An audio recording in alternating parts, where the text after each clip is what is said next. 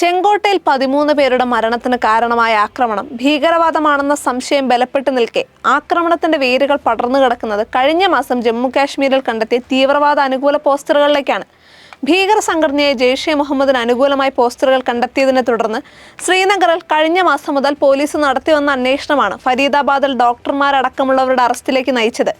സ്ഫോടക വസ്തുക്കളും ആയുധങ്ങളും ഉൾപ്പെടെ ഫരീദാബാദിൽ ജെയ്ഷെ മുഹമ്മദ് ബന്ധമുള്ള ഭീകരരെ പിടികൂടിയെന്ന വാർത്ത പുറത്തുവന്ന ദിവസം തന്നെ ഡൽഹിയുടെ ഹൃദയഭാഗത്ത് ഭീകരർ നടത്തിയെന്ന് സംശയിക്കുന്ന സ്ഫോടനവും ഉണ്ടാകുന്നു. ശ്രീനഗറിലെ ബൻപോര നൌഗം പ്രദേശത്ത് ജെയ്ഷെ മുഹമ്മദിന് അനുകൂലമായ പോസ്റ്ററുകൾ ഒക്ടോബർ 19 പ്രത്യക്ഷപ്പെട്ടതിനെ തുടർന്നാണ് ജമ്മു കാശ്മീർ പോലീസ് ഇതിന് പിന്നിലുള്ളവരെ കണ്ടെത്താൻ അന്വേഷണം തുടങ്ങിയത്. സുരക്ഷാ ഉദ്യോഗസ്ഥരുമായി സഹകരിക്കരുതെന്ന് ജനങ്ങളോട് ആവശ്യപ്പെടുന്നതായിരുന്നു ഉറുദുവിൽ പ്രത്യക്ഷപ്പെട്ട പോസ്റ്ററുകൾ.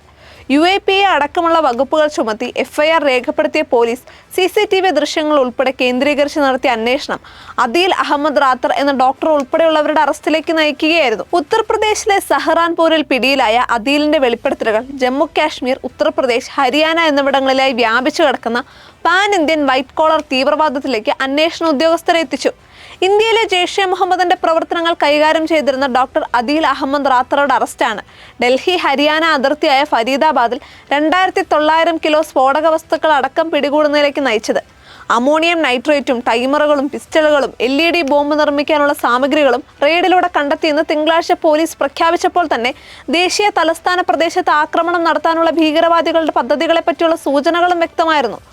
ആക്രമണത്തിന്റെ ഉത്തരവാദികൾ ആരാണ് എന്നതിൽ അന്തിമ നിഗമനത്തിലെത്തിയിട്ടില്ലെങ്കിലും ശ്രീനഗറിൽ പ്രത്യക്ഷപ്പെട്ട ജെയ്ഷെ മുഹമ്മദ് പോസ്റ്ററുകളും ഡൽഹിയിലെ ആക്രമണവും തമ്മിൽ പ്രത്യക്ഷത്തിൽ ബന്ധമുണ്ടെന്നാണ് പോലീസ് സംശയിക്കുന്നത്.